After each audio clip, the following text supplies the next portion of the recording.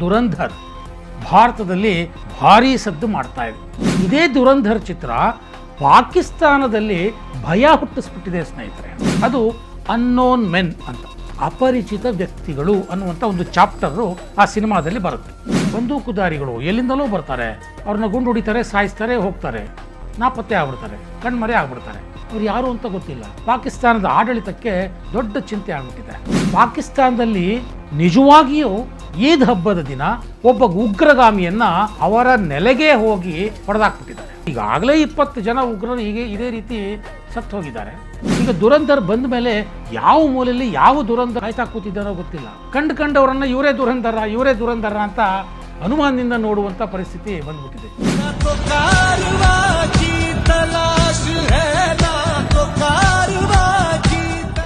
ಸ್ನೇಹಿತರೆ ನಮಸ್ಕಾರ, ಹೊಸದಿಗಂತ ಡಿಜಿಟಲ್ ಚಾನಲ್ಗೆ ಸ್ವಾಗತ. ಆದಿತ್ಯ ಧರ್ ಅವರ ಸಿನಿಮಾ ದುರಂಧರ್ ಭಾರತದಲ್ಲಿ ಭಾರೀ ಸದ್ದು ಮಾಡ್ತಾ ಇದೆ. ಯಾವ ನಗರಕ್ಕೆ ಹೋದರೂ ಸಹ ದುರಂಧರ್ದೇ ಸದ್ದು. ಕೆಲವು ಸತ್ಯ ಘಟನೆಗಳನ್ನು ಆಧರಿಸಿ ಹೆಣೆದಂತಹ ಒಂದು ಚಿತ್ರಕಥೆ.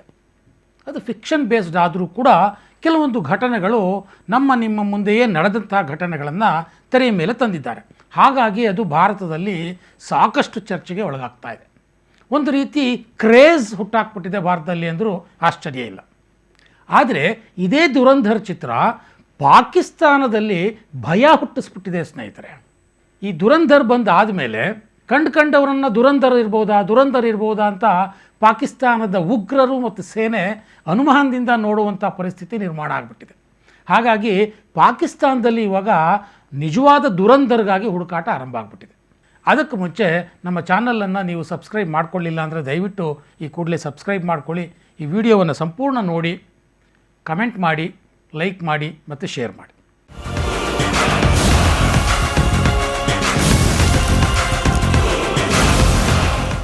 ದುರಂಧರ್ ನರೇಂದ್ರ ಮೋದಿ ಘೋಷಿಸಿದಂತಹ ಡಿಮಾನಿಟೈಸೇಷನ್ನಿಂದ ಹಿಡಿದು ಆಪರೇಷನ್ ಸಿಂಧೂರದವರೆಗೆ ಅನೇಕ ಸಂಗತಿಗಳು ದುರಂಧರ್ ಸಿನಿಮಾದಲ್ಲಿ ಬಂದು ಹೋಗುತ್ತೆ. ಹಾಗನ್ಬಿಟ್ಟು ಇಡೀ ಸಿನಿಮಾ ಸತ್ಯಕಥೆಯನ್ನು ಆಧರಿಸಿದ ಚಿತ್ರ ಅಂತ ಏನೂ ಅಲ್ಲ. ಕೆಲವು ಸತ್ಯ ಘಟನೆಗಳನ್ನು ಆಧರಿಸಿ ಹೆಣೆದಂಥ ಒಂದು cinema. It's A fictional story. ಇದು ಭಾರತದ ಪ್ರತಿ ಮೂಲೆಯಲ್ಲೂ ಸಹ ಈಗ ಸದ್ದು ಮಾಡ್ತಾ ಇದೆ.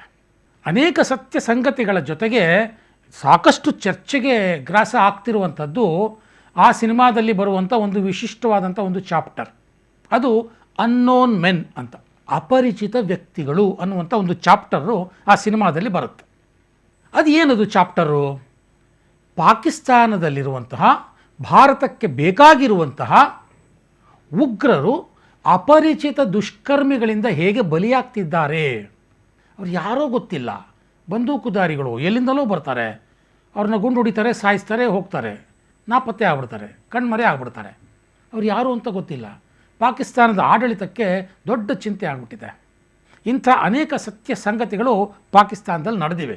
ಸುಮಾರು 20ಕ್ಕೂ ಹೆಚ್ಚು ಉಗ್ರರು ಈ ರೀತಿ ಪಾಕಿಸ್ತಾನದ ನೆಲದಲ್ಲೇ ಹತ್ಯೆಯಾಗಿದ್ದಾರೆ. ಸೊ ಇಂಥ ಘಟನೆಗಳು ಆ ಸಿನಿಮಾದಲ್ಲಿ ಸಾಕಷ್ಟು ಇವೆ.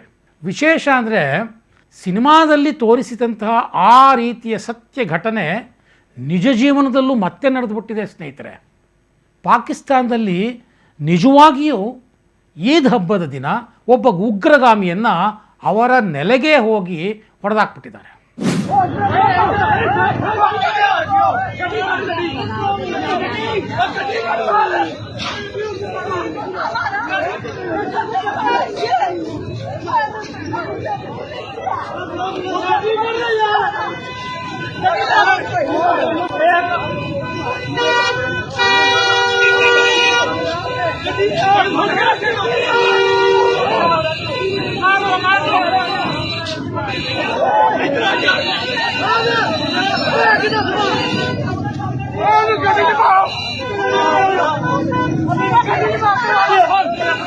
ಸಿನಿಮಾ ಬಂದು ಹೊಸದರಲ್ಲೇ ಈ ರೀತಿ ಆಗಿರೋದ್ರಿಂದ ಪಾಕಿಸ್ತಾನದಲ್ಲಿ ಇವಾಗ ದುರಂಧರ್ ಅಂದರೆ ಸಾಕು ಬೆಚ್ಚಿ ಬೀಳುವಂಥ ಪರಿಸ್ಥಿತಿ ನಿರ್ಮಾಣ ಆಗಿಬಿಟ್ಟಿದೆ.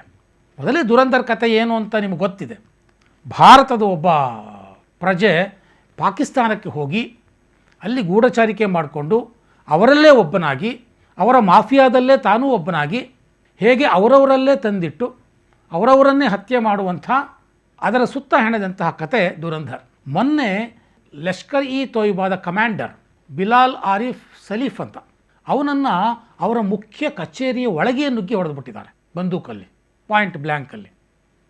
ಕೇಳಿದ್ರೆ ಅವ್ರದ್ದು ಯಾವುದೋ ಕುಟುಂಬದ ಒಂದು ವೈಷಮ್ಯ, ಯಾರೋ ಬಂದರು ಹೊಡೆದ್ರು ಹೋದರು ಅಂತಂದರು. ಅದರ ವಾಸ್ತವ ಏನು ಯಾರಿಗೂ ಗೊತ್ತಿಲ್ಲ. ಆ ಕುಟುಂಬದವ್ರು ಸಿಕ್ಕಿದ್ದಾರಾ? ಸಿಕ್ಕಿಲ್ಲ. ಅವರ ಉಗ್ರರ ತರಬೇತಿ ಕೇಂದ್ರದ ಒಳಕ್ಕೆ ಹೋಗಿ ಹೊಡೆದಿದ್ದಾರೆ. ಅದು ದುರಂಧರ್ ಸಿನಿಮಾ ಬಂದ ನಂತರ, ಮೊನ್ನೆ ಹಬ್ಬದ ದಿನ ನಮಾಜ್ ಮುಗಿಸಿದ ನಂತರ ನಡೆದಂತಹ ಘಟನೆ ಇದು. ನಿಜಕ್ಕೂ ಪಾಕಿಸ್ತಾನ ಶಾಕ್ ಆಗಿಬಿಟ್ಟಿದೆ, ಬೆಚ್ಚು ಬಿದ್ದುಬಿಟ್ಟಿದೆ. ಈ ಆರಿಫ್ ಸಲೀಫ್ ಬೇರೆ ಇನ್ಯಾರೂ ಅಲ್ಲ, ಅವನು LETಗೆ ಅಂದರೆ ಲಷ್ಕರ್ ಇ ತೊಯ್ಬಾಗೆ ಉಗ್ರಗಾಮಿಗಳನ್ನು ನೇಮಿಸಿಕೊಳ್ತಾ ಇದ್ದಂತಹ ಒಂದು ಸೆಲ್ನ ಮುಖ್ಯಸ್ಥ ಅವನು. ಈ ರೀತಿ ಅನೇಕ ಪಾಕಿಸ್ತಾನಿಗಳನ್ನು ಅಪಾಯಿಂಟ್ ಮಾಡಿಕೊಂಡು ರಿಕ್ರೂಟ್ ಮಾಡ್ಕೊಳ್ಳೋದು, ಅವರಿಗೆ ಟ್ರೈನಿಂಗ್ ಕೊಡೋದು, ಆ ನಂತರ ಅವರನ್ನು ಭಾರತಕ್ಕೆ ಕಳಿಸೋದು, ಇದೇ ಇವನ ಮುಖ್ಯ ಕೆಲಸ. ಎಂಥ ಆಘಾತಕಾರಿ ಕೆಲಸವನ್ನು ಮಾಡ್ತಾ ಇದ್ದ ಇವನು. ಅಷ್ಟೇ ಅಲ್ಲ, ಉಗ್ರರಿಗೆ ಫಂಡಿಂಗ್ ಮಾಡುವಂಥದ್ದು, ಫಂಡ್ ರೈಸ್ ಮಾಡುವಂಥದ್ದು, ಉಗ್ರರು ಓಡಾಡೋದಕ್ಕೆ ಲಾಜಿಸ್ಟಿಕ್ಸ್ ವ್ಯವಸ್ಥೆ ಮಾಡುವಂಥದ್ದು, ಯಾವಾಗ ಯಾವ ಉಗ್ರ ಎಲ್ಲಿಂದ ಎಲ್ಲಿಗೆ ಹೋಗಬೇಕು, ಅಲ್ಲಿ ಯಾರು ಪಿಕಪ್ ಮಾಡ್ತಾರೆ, ಅಲ್ಲಿಂದ ಮುಂದಕ್ಕೆ ಎಲ್ಲಿ ನಡ್ಕೊಂಡು ಹೋಗಬೇಕು, ಅಲ್ಲಿ ಯಾರ ಮನೇಲಿ ಆಶ್ರಯ ಪಡಿಬೇಕು, ಇದೆಲ್ಲ ಪ್ಲಾನ್ ಮಾಡ್ತಿದ್ದವನು ಈ ಸಲೀಫ್. ಇವನನ್ನು ಹೊಡೆದಾಕ್ಬಿಟ್ರು.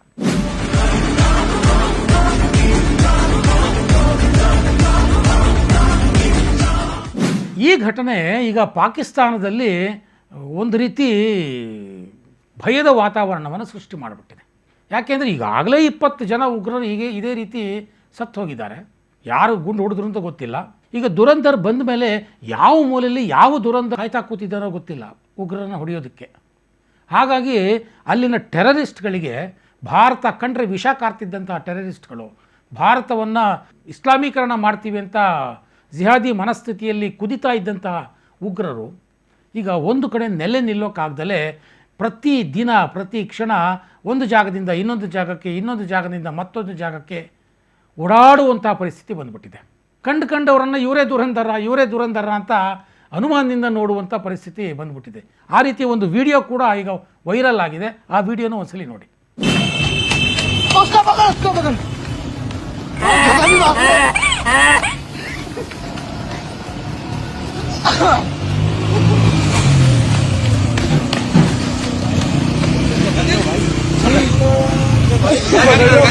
आंधी बन के आया हूँ, मेरा हौसला भी अय्या।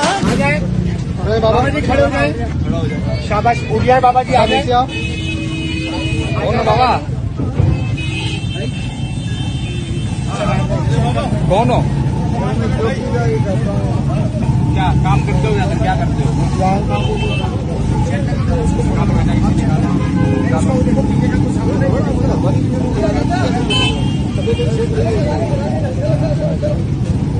चलो बेटा,